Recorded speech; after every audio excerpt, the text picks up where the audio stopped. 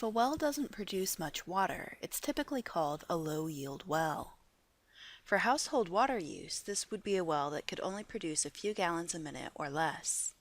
There are a few reasons why a well might be low-yielding.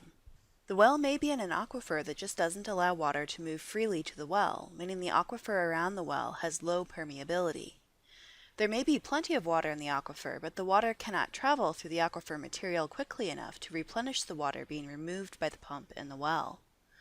For example, even clay can hold up to 30% of its volume as water, but water moves through clay very slowly, too slowly to be considered an aquifer.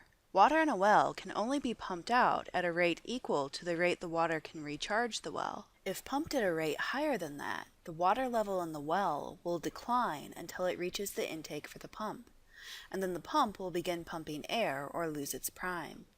In either case, your water system will lose pressure, and if the pump continues to run, it could overheat.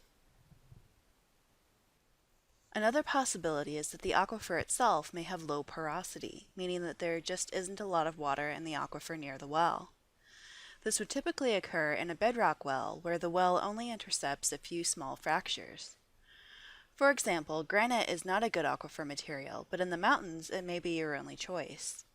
Typically, the fracture volume that will hold water in granite is only a few percent, so many wells in granite are low yielding.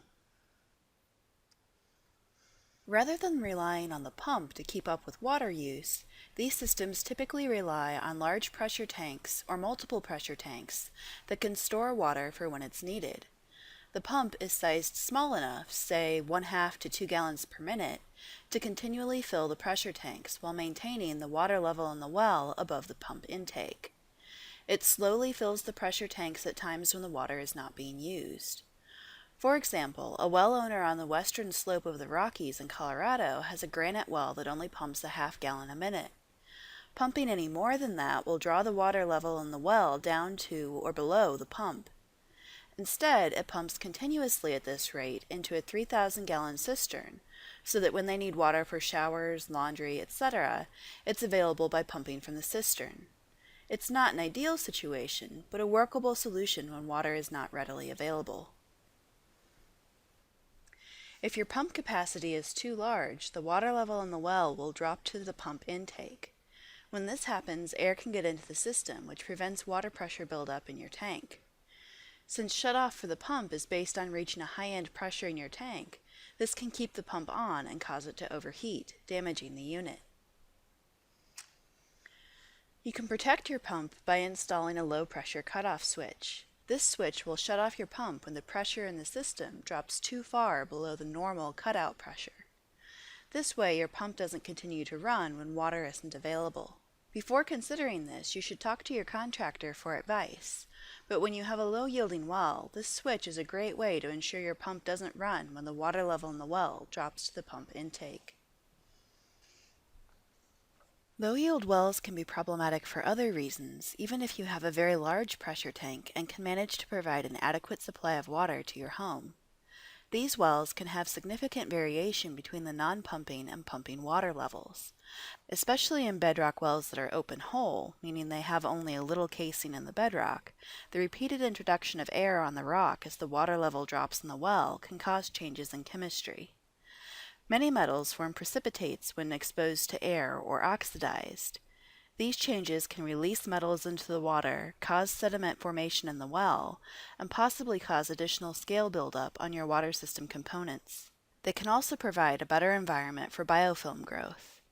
If you have ever noticed the rusty color that iron can cause on porcelain, that is iron oxide, which comes from the iron in the water that has been oxidized when exposed to air. The same can happen with arsenic and other metals that might be a health risk.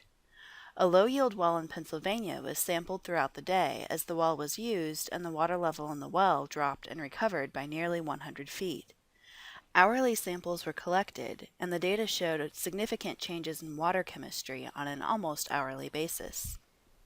Our suggestion is that if you have significant drawdown in your well when it's being pumped, or have a low-yielding well, contact your local health department to find out if there are any naturally occurring contaminants of concern in your area. This is important health information for any well owner, but will be particularly significant given the characteristics of your well. We suggest you regularly sample your well for the metals listed by your health department to better understand if changing water levels affect the chemistry of the water coming from your well. The private well class is a collaboration between the Rural Community Assistance Partnership and the University of Illinois through the Illinois State Water Survey and the Illinois Water Resource Center, and funded by the United States Environmental Protection Agency. The views expressed here are solely from the class authors, and not endorsed or reviewed by US EPA. For more information on private wells, sign up for our free 10-week email course at www.privatewellclass.org.